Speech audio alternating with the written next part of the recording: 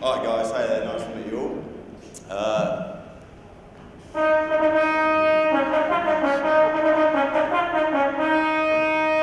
My name is Chief Wonka. Actually, it's not obviously, it's Mills, but I go by the name of Chief Wonka, and with that I go by the name of King Fail. And I'm going to kind of run you through our experiences on the beautiful App Store. I think we've got like 40 minutes, but there's 150 slides. A little bit of history about the studio. It's called Us2. It started by 2 of us. There's now nearly 100 of us based down in East London, just around the corner from here. We pretty much only work on product user interface.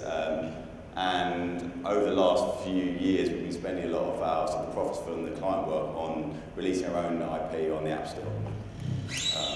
So yeah, actually today's discussion is about Succedia. I'm not sure if you know what I've done there, but it's very clever. Mixed success and failure, and that's what we're very good at doing. So we've been absolutely brilliant at not doing particularly well commercially, but being real, well, actually making the most out of that failure and actually getting a lot of press about it and getting your name out there and getting them to come and talk a place like this. So the success part is that over the last few years we've released this many apps to the App Store, and they're all our own IP, so these are ideas we've come up with, and to chuck them out to the App Store and see what happens.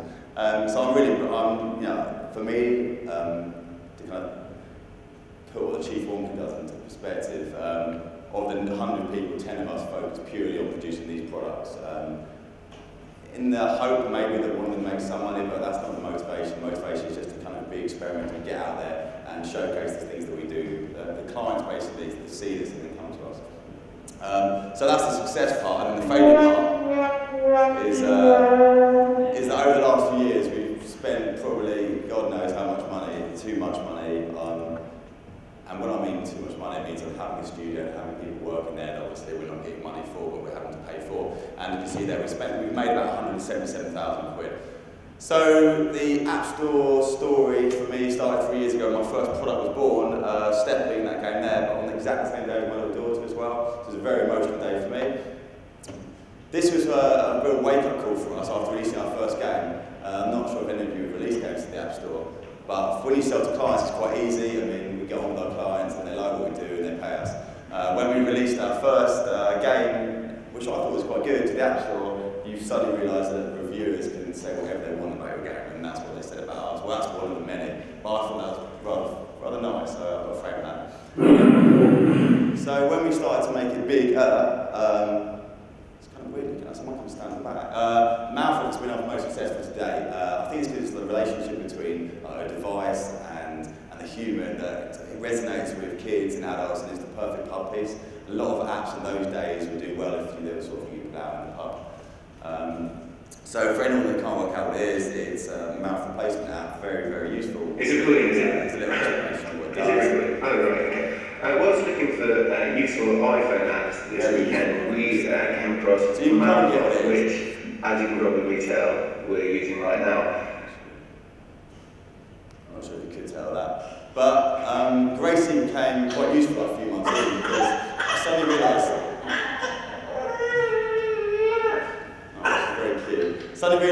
that what we learned from Step, which I didn't put in there, is that selling to clients is pretty easy, but selling to people in the world, you have to actually put money into or put time into promoting, and that's something we hadn't really done with Stepping. Hence, it utterly bombed. I think we made £1,000 when we released that. With Mouthful, we kind of learned a lot more. It's like 4 or 5 months in of our kind of App Store discovery, and it's we realised we had to make something that's going to get other people to talk about it, and kind of Mouthful became that piece for us.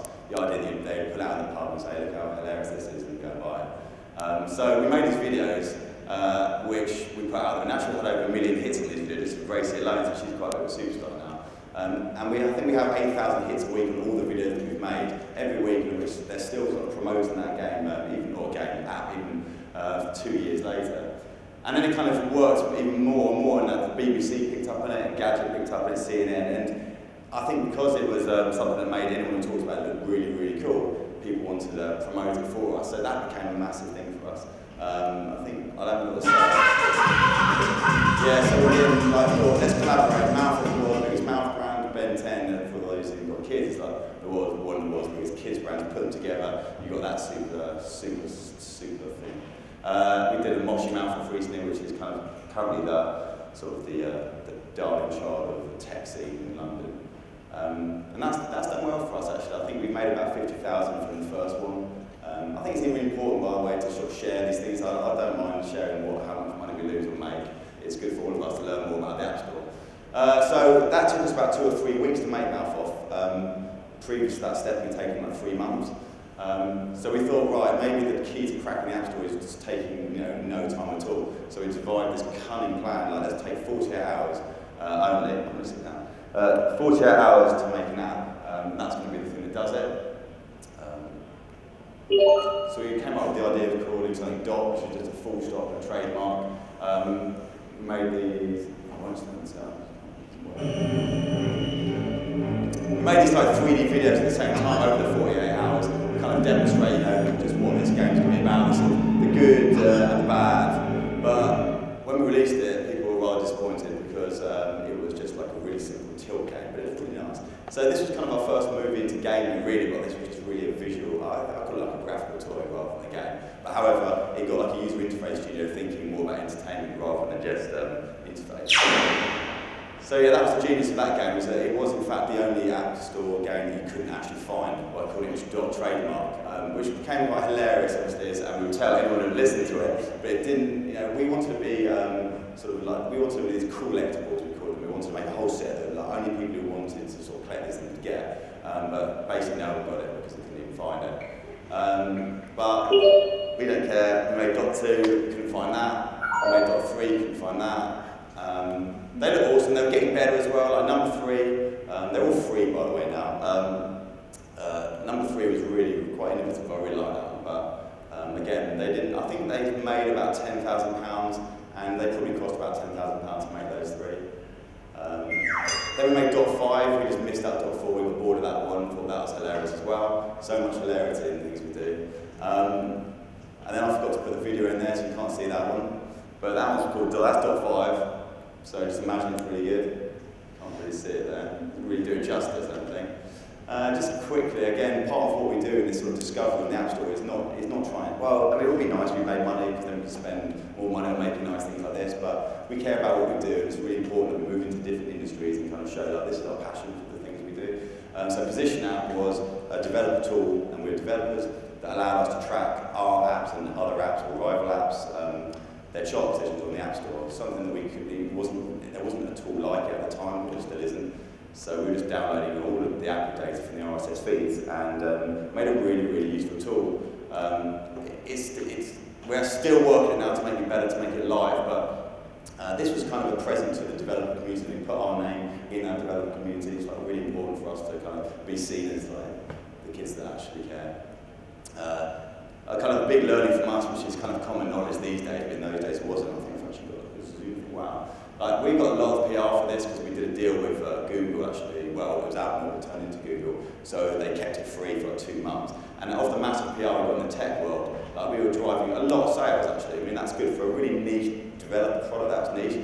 But one tiny little new and noteworthy in the US from Apple got us exactly the same amount of downloads in one day as all of our efforts combined before that. So, I mean, everyone knows that that's the power now. It's pretty much the main way we need promoted. It's almost like the only way, but yeah, this was a few years back. One of the shittest things that has ever been made is this. It's actually awesome. It looks brilliant, but it's a perfect example of what you shouldn't do anymore, definitely. Like, novelty apps have had their time, and now it's not just, it's about creating something that's engaging, that lasts. This thing was awesome. I mean, we collaborated with our good mate John Bergman, who's a really famous illustrator, certainly within sort of the illustration scene. We had a really high price point because at the time we thought we're not going to sell for 69p, you can't make money at 69p. So we had like $2.49, whee! And the idea was real simple. It's like you have these creative characters, you choose your characters, each one's got an associated sound. You can make like this crazy instrumental sound, and then you send it to YouTube. It's like an extension of what we do with Mouth Off. Like Mouth Off, it was great because loads of people make videos, but most people don't want to be seen to be making silly videos. So this thing, you can actually make your own videos from the app. It took us months to do it, and literally they released it, Apple literally released a button you press that did it for you, which was well annoying. So you can see how bad it was here. It's like an early version, I think it should play. Where it won't. This is kind of kind of an early like prototype. I can't be bothered to even find it. It's so simple. But you can record your own voice into like parts and make an orchestra. Yeah, it was amazing. Anyway, the genius of this thing, Apple actually promoted the F out of it. They really did. It's like the biggest band you could get. And we had loads of press around it. But in 3 weeks, this is what happened.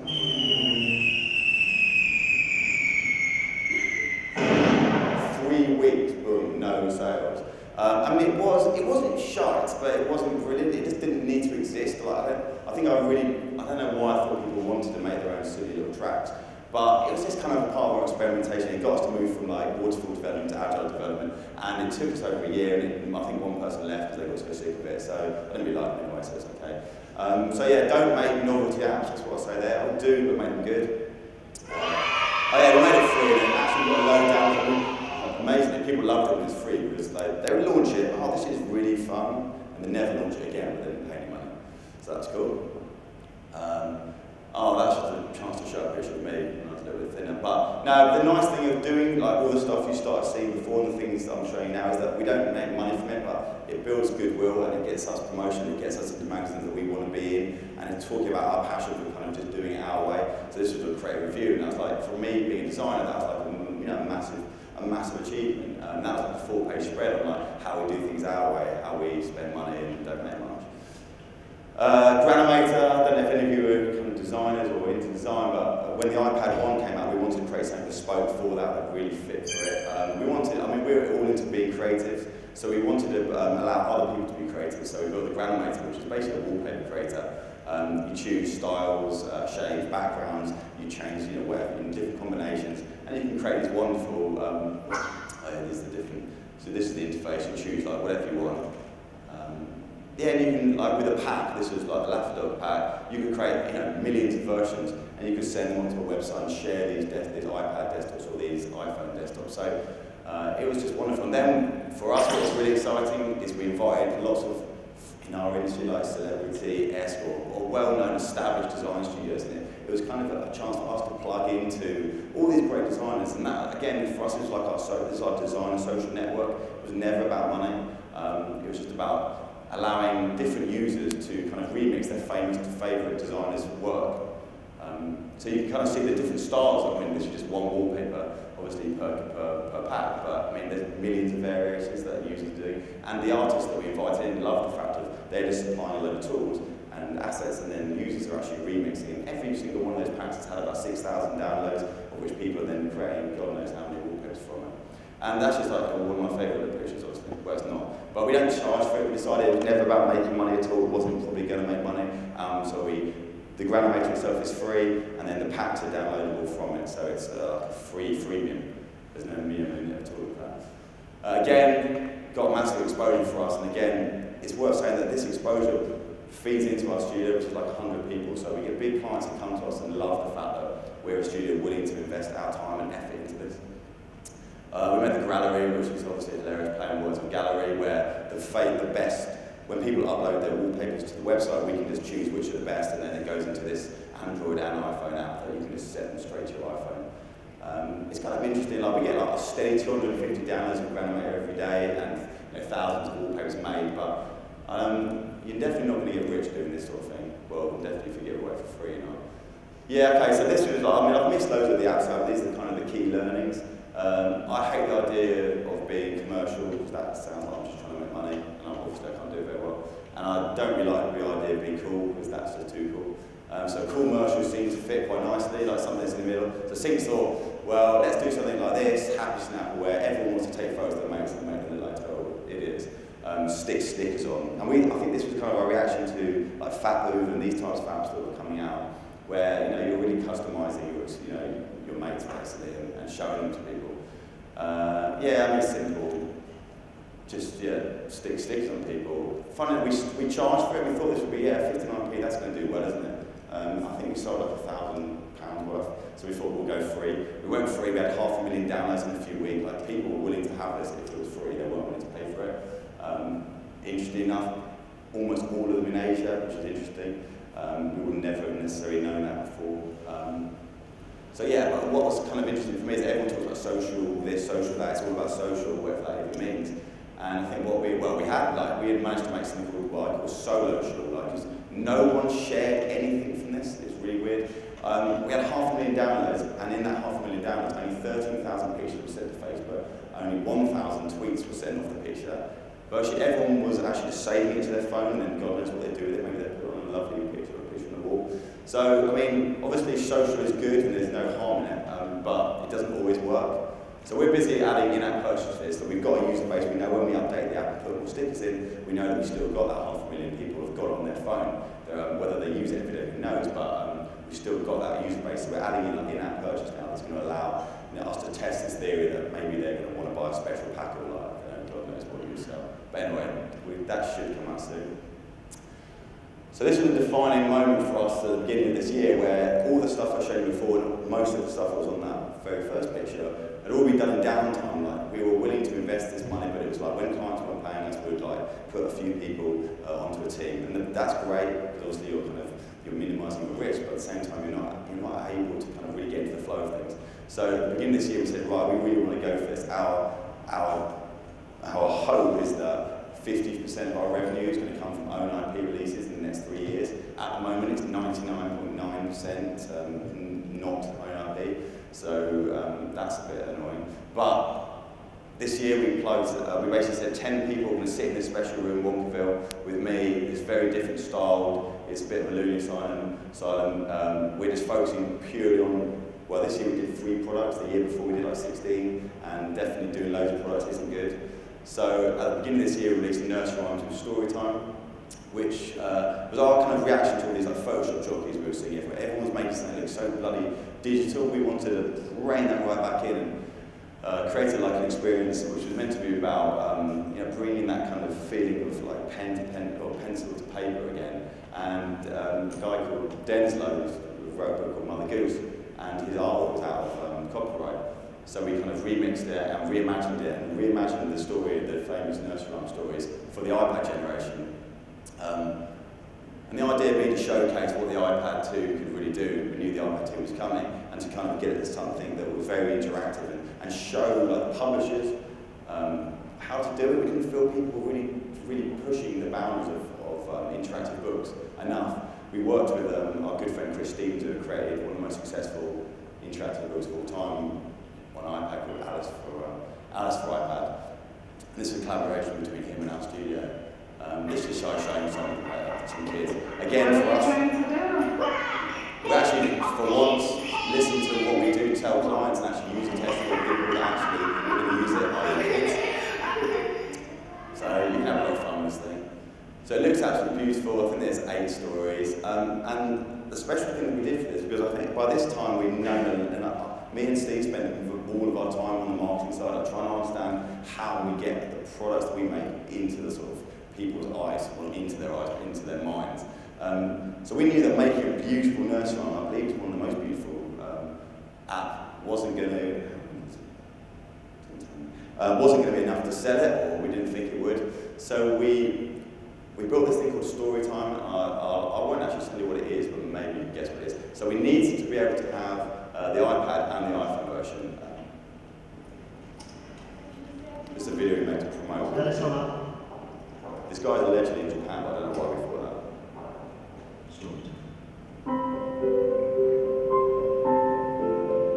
Twinkle, twinkle, little star, how I wonder you are. Humpty Dumpty sat on. Humpty Dumpty had a great fall. Jack and Jill went up the hill to fetch a pail of water. Make him cry every time they say it. See how they run, hey diddle diddle. Cat and fiddle. Cut off their tails with a carving knife. And the dish ran away with a spoon.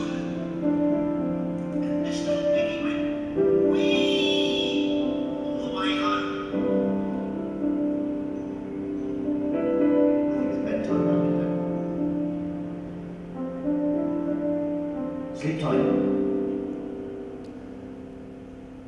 So what we did basically was we used Game Sensor to allow it to bridge between the iPhone that say the mum or dad had and the iPad, or the other way around that the little kid who lives on her own from that video has as well. And what it allowed them to do is like if you couldn't be bothered to, or you didn't have time, because you're too busy working, it's all about working these days, you could read remotely to your kid and put them to bed via this app.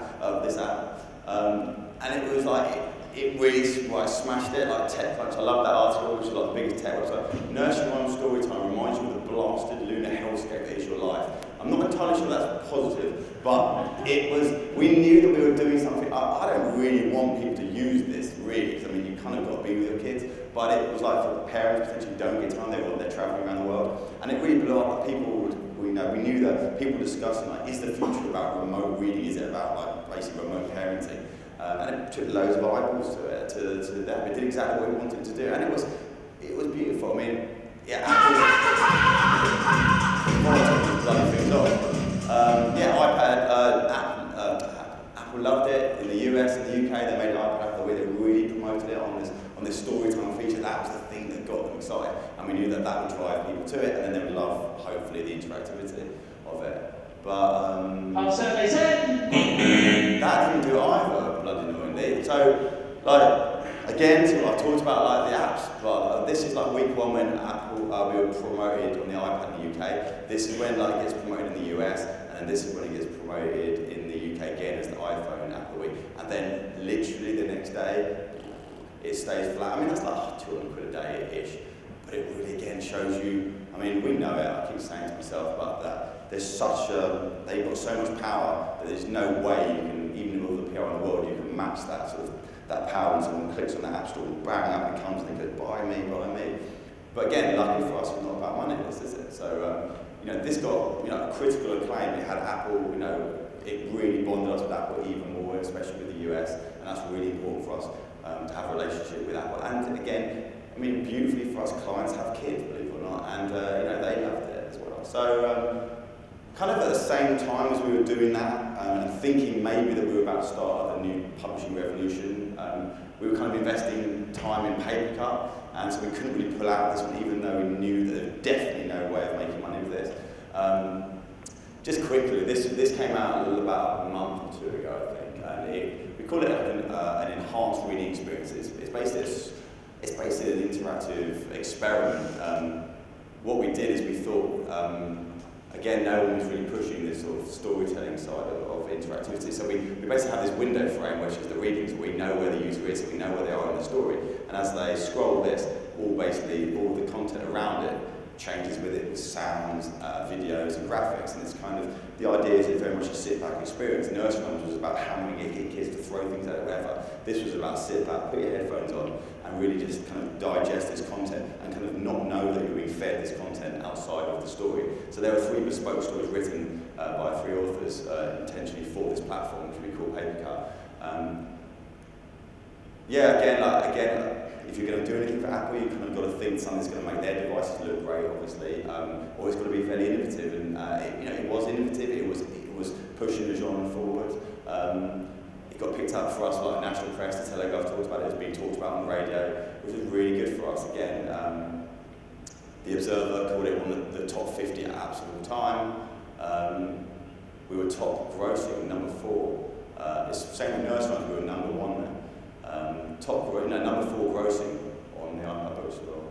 And look how little money we made. But again, we don't make money, that's not what we do. But I don't think we're ever prepared for how little money there might actually be if you're the number 4 grossing book on the App Store, and you get Apple promotion, and you get like national bloody coverage. And that's a bit of a laughing stock, this project. But funny enough for us, all the publishers grabbed onto it because they absolutely love it, and we're working now with publishers to bring big names to this platform. And really, if we'd had launched that with a huge name, I don't really read enough to know it was huge, then you can bring, that's the eyeballs you need to bring that in. So I guess the game part is probably what you're waiting for. So we'd had a number 1 iPad book, and so the party was well shared. There wasn't really a party after it.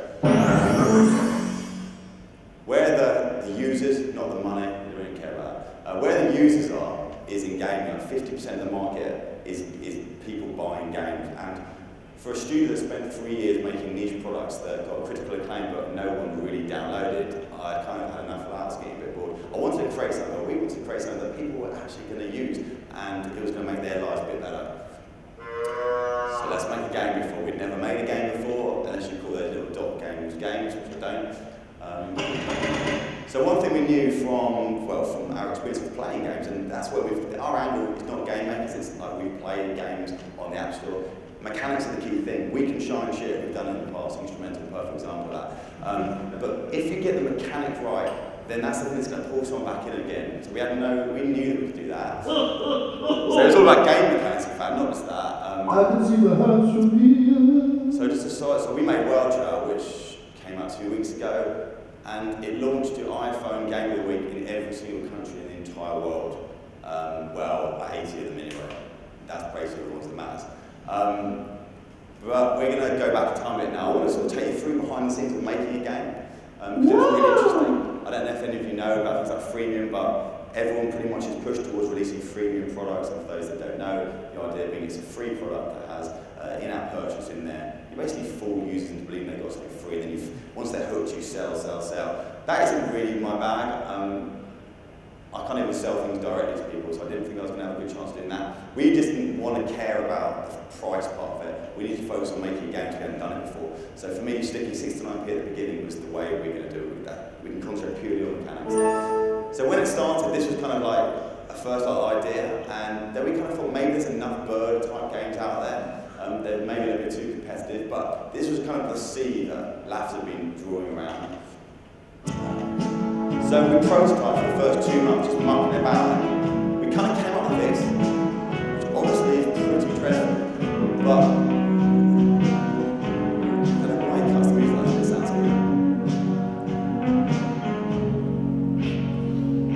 But there's something about that when we put it into people's hands, or the later version, that got people excited. This simple one-touch mechanic, we wanted to make something that you take to the toilet. That is really where the money is, believe it or not. Wow! So, whales seemed like the perfect thing. In fact, we wanted to make something that's about flying and the joys of flying. So the perfect kind of guy to do that with it would be a fat whale. So Willow was born, or this is what we thought he was, and we created lots of different versions of whales, and eventually we settled on this fat guy. We thought, he's awesome. And we stayed with him for quite a while, actually. I'll come back to that later. Yeah, so Whale Trail was born. The idea of basically of a whale with a trail is flying through the sky. That sounded cool. It was cool. But actually coming back to this one, after pretty much falling in love with him, although now I absolutely hate him and he has a lot of problems because his eye is tiny and you're going to see it, it's small, unless you've got a big TV or a big phone. We realised that one of the designers, Laffers, had actually kind of pretty much found that exact whale on the internet and convinced himself that if he tweaked it slightly, it was different. So we couldn't use that, we didn't want to. So Willow was born, he became a little bit, he's got loads of different faces, but this is Willow, the whale, and he was simply called Willow because there was a film called Willow years ago, like about a little guy, a really small guy. Yeah, that sounded cool. So we have this thing called green light documents now, based on, so that stops things like Instrumental ever getting through. Where basically people, the studio, the guys in the studio have to kind of internally pitch to us, or to me, and I have to pitch to myself about what we want to do. So it was the idea of Joy of Flying, something that was just about an up and down mechanic.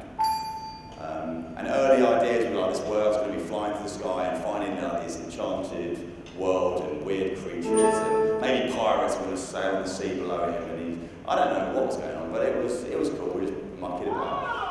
So we're building up this picture of Willow, who's different there, is going to fly through this crazy world.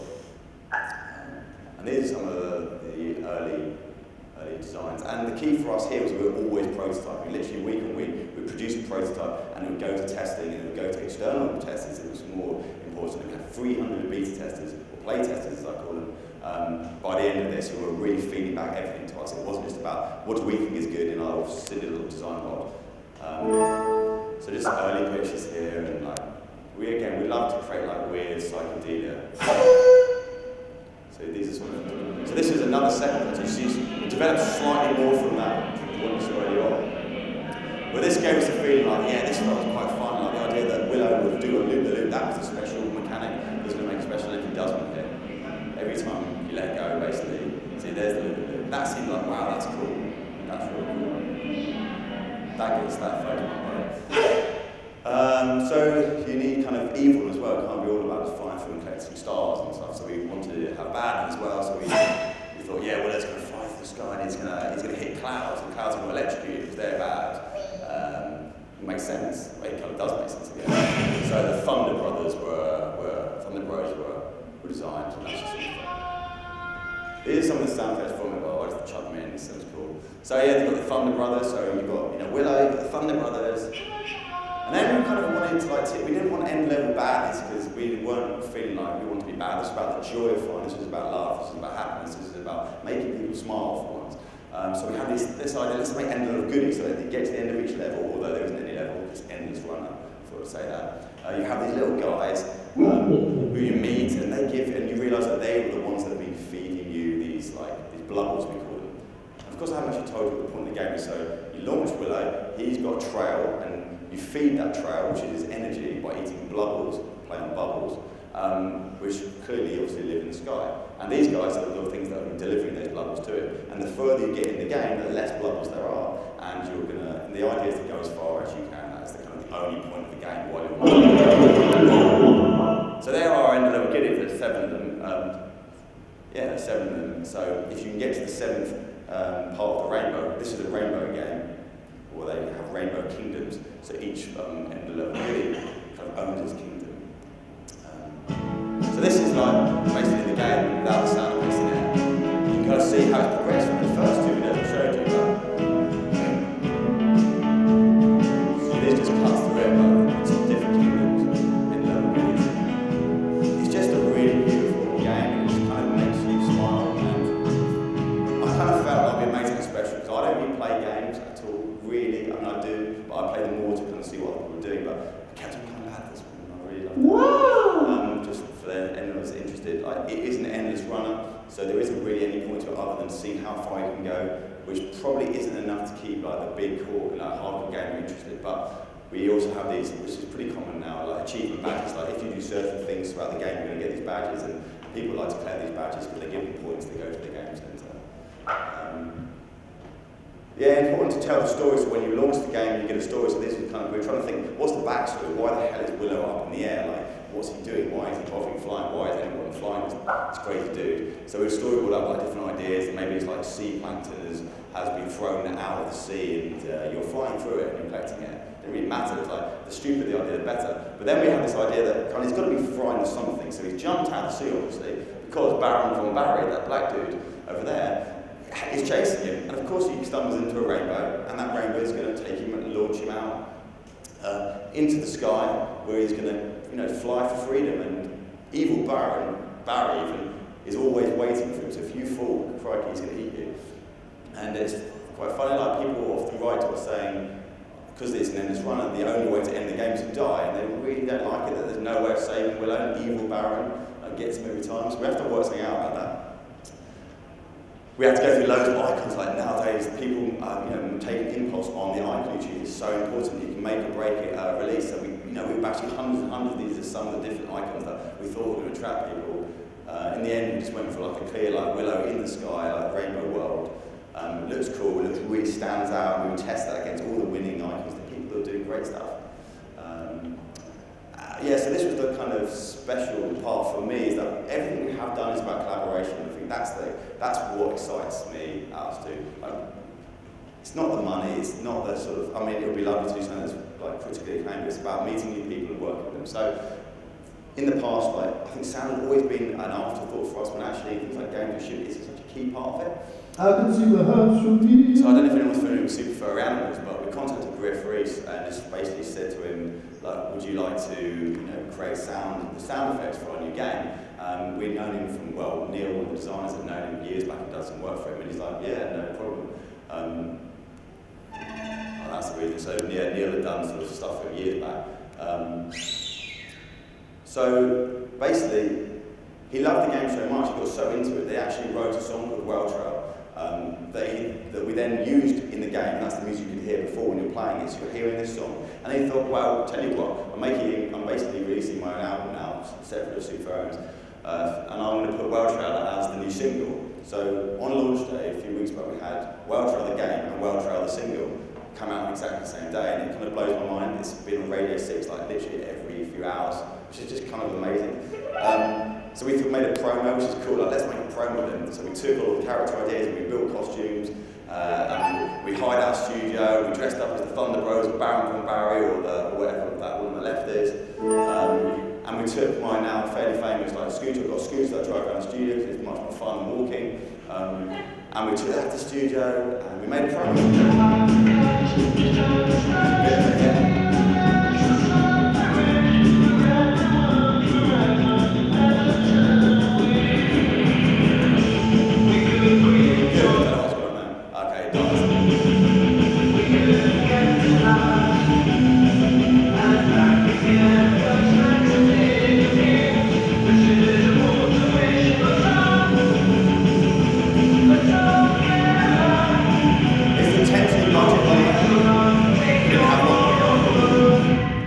So it's just like, wow, it blows my mind. Like it's amazing how like playing the game now, you just can't imagine playing without that soundtrack. It kind of is so perfect for the game, and he wrote it. I mean, it kind of took, the amazing thing for me is that soundtrack is awesome. Like, he's a real pro. We took 7 months to make the game. He took 1 day to write that soundtrack, and it's as good as the game. So it'd be good to be as good as him one day.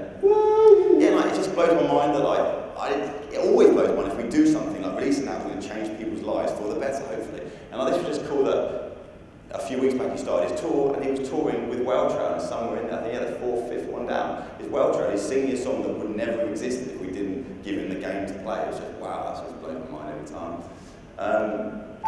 Yeah, so it's just cool. You can get a real like 12-inch single of Whale Trail, which is awesome. So the great thing for us again is about those eyeballs. How can you promote a game? Like, it's real difficult these days. Well, get a celebrity to. And he wasn't too much of a celebrity like R. Kelly or something, whereby it was going to be the R. Kelly game. He was like celebrity enough to be cool. And he's helped us. Well, he's got, he's pushing his singles, and it's a single that's also his collaboration with the game, so it becomes a really compelling story for him in the music world, which is completely fucked. So what happened? That guy is pretty cool. Now, imagine being him. That is cool. So what happened? Again, it's like, what's happened? Like, we built something, it took 7 months, took 4,500 hours. That's a lot of time, and that costs us roughly 150 grand to do that. That means we need to sell 300,000 copies to break even. And if you were a small bedroom developer, that wouldn't cost you as much. Hopefully, it wouldn't make as good a game, but we've got overheads, and our studios keep bigger and bigger. It costs more and more. It's well known. Anyway, so the normal stuff, we had the trailer, which has had like 30,000 hits now, which you need a trailer to push that game to the gaming public. We had the sequel, we had the promo, and we had like a making of documentary, which I haven't shown you, which you can find, which is kind of a bit weird, but it's cool. Stupid things like Twitter do help to engage with people. I mean, I'm a massive advocate of Twitter, and it's amazing to be able to just follow what people are talking about and kind of hopefully readjust their thinking if they don't like your games. On launch day, like 2 Thursdays ago, we amazingly, because I think we had so many people involved in the making in terms of those beta testers, and there was a real industry passion wanting to like make this game win. Like, there was a real like, if these guys can't make it with this, all the indies are fucked basically. We were trending what's like there, so we trended on there. On Whale Trail, the word was the biggest trending topic for a few hours in the UK. That was kind of wow, that's pretty cool. Yeah, so for us again, it's like, if we can bring any sort of eyeballs to our studio, that's awesome. This was like in literally 2 days, like all the sites we dreamed of getting, like Edge, Touch Arcade, like big gaming sites, Forbes, anything would pick it up and talk about it. It's like, wow, Gizmodo, and they were pushing eyeballs to help us to sell. It's like, wow, that is unprecedented. It's like triple the amount we got for like nursery rhymes. So it's like, wow, if it doesn't make money, then, which we weren't trying to do, then wow, that's cool.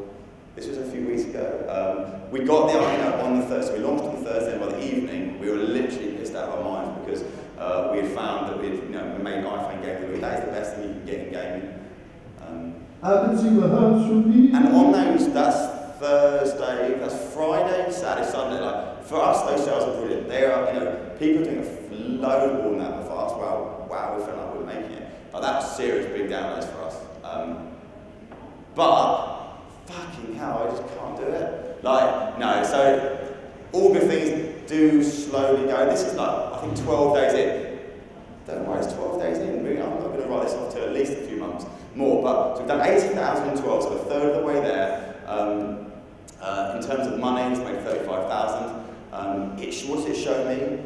It shows me, and I talk to a lot of people in this industry throughout the world, really, like, the App Store has become so difficult now. It's like, you can't get, well, people try to game it, but it's real hard. Like, you've got to have a lot of patience, you've got to be willing to stay in it. So we've got 3 months worth of work we're doing, and we're listening to the reviews, we're listening to the feedback, you know, we're changing the game, we're adapting it, we're adding more, we're giving people more for their 69p. I mean, they spend a lot of money on it, they need more. This was interesting for me because, just quickly, it might be interesting anywhere else. It just shows me this, the red one is Apple, is a US. So this is basically a launch week when we're being promoted. The minute we're not being promoted on iPad, this is the iPad version of it, basically the fickle Americans refuse to buy a game like drops out of the top 200 that quickly for being number 12, I think we were. So it's like, Christ, frightening really, you just cannot maintain. The UK's been better. This is actually a shot from a few hours ago. For those, any of you that have your own apps, I don't know if you know that Magic Rank is a free app, a free desktop application. You can track your positions in every single country really quickly. Just keep refreshing it, and it shows you the positions. You get absolutely obsessed with it. You don't leave your house. Just keep pressing. But we're doing all right because actually we're 80 still in the US, top, 80th biggest selling app in the entire universe. That's pretty cool, and 40th in the United Kingdom. So we're holding that. We've held it for a week. So yes. I think we're going to move back up again. Sunday Times picked up on it last Sunday, saying it was 5 stars. That feels great. Metacritic, which I've learned is like the industry standard for assessing how good your game is, gave it an 84 out of 100. It's basically looking at all the reviews around the world, and that's what it gives it. That's cool. And more importantly, and really importantly for us, is we have 1,000 written reviews now. Nearly finished. 1,000 written reviews. That's, people literally saying this is the most joyful game I've ever played. I think we've got it here. Like, this is an example. Like, reading things I said, it makes me happy playing this game. Great game, it's a joy to play. I'm so happy. That's why we made this game. That's what we set out to do. And we've had 1,000, and we don't prompt people to do that. Just feel compelled. I think you kind of play it and feel in love with it and feel, fuck, I've got to say, I love this game, which is awesome. Of course, we have had 12 one-star reviews. So it is not worth $1. He wants a refund. He's not going to get one. And it's a major waste of time. We've only had 12 of these, so it's, I'm holding together, but yeah, no, you can't please everyone. What's next for that game? I think just yesterday, Kotaku, which is the biggest, basically, sort of gaming site in the world, said basically it's the next Jetpack Joyride, which it isn't, but fine, I don't mind them saying that, so that was nice. That was out of surprise yesterday. The New York Times picked up this morning, saying it's one of the best games out there. Again, that tries eyeballs. We've got the big update coming this week, and updates are huge. Like, you've got to keep feeding. We're adding 15 new mini levels here. And, there's potential book deal, like take those characters out of digital and into print, even though print's dead, but it's not though. Indie cross promotion, maybe we'll set to Rovio. That's like come and get us, but we'll never sell. Thank you very much. I hope we taught you something.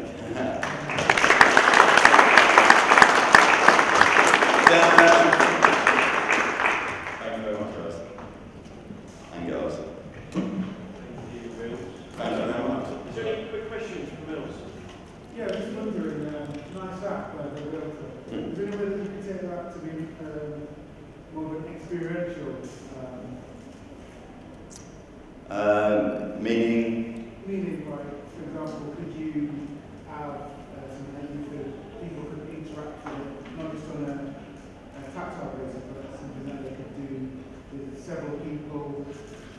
Yeah, I mean, in terms of multiplayer, people do ask things like that. I mean, at the moment, I think what we're trying to do is build, concentrate on making, we just wanted to make a little casual game to start with. I mean, we do a lot of those types of things in the rest of the studio, but this one we just wanted to prove that we could make something joyful. So where this goes, who knows, but there's, things like taking it out of the game is definitely, or that game out of the phone is definitely something that we can explore more if it takes off. Like, if it becomes more of a brand, and people actually understand World Trail to be something, then I think we can do more with that. Multiplayer is, people do also have like, can we play with my friends so I can sort of race it, things like that. That's maybe the next step in this summer. Any more questions? Don't be frightened. How long did it take for the... Too long. To make, which it's...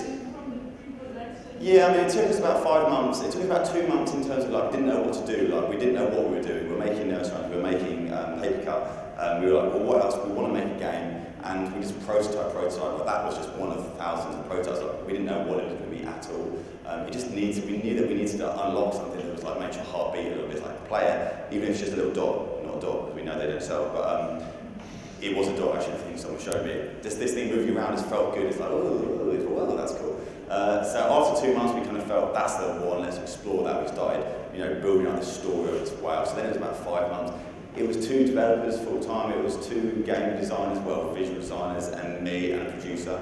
Potentially we spent too long on it, but you know, we had never made a game before. We were learning as we go. We probably could have knocked, you know, now if we did it again, we could do it a lot quicker. We could be a lot more disciplined, and hence we wouldn't need to sell something to break even. But yeah, of all the friends that I have that run big businesses that do these similar sorts of games, you know, 5 months is pretty much the standard. So we took it to a couple of months more than that. And you know, it's been cost us in our studio 150 grand, whatever someone takes forth, you know, that's how what we quantify 4,500 hours to be. So, and we're obviously working the updates now. So. I just don't think, you know, with the 48-hour apps, we limited what we could do with that game. Actually, we harmed how well it could do because we spent too little time on it. Equally, you can spend too long, like instrumental, it makes that dreadful. But although it's quite good, yeah, it's kind of almost there. It was crazy, but it's been really joyful. I mean, just to make something that just feels good, it's like, wow, that's actually good for once.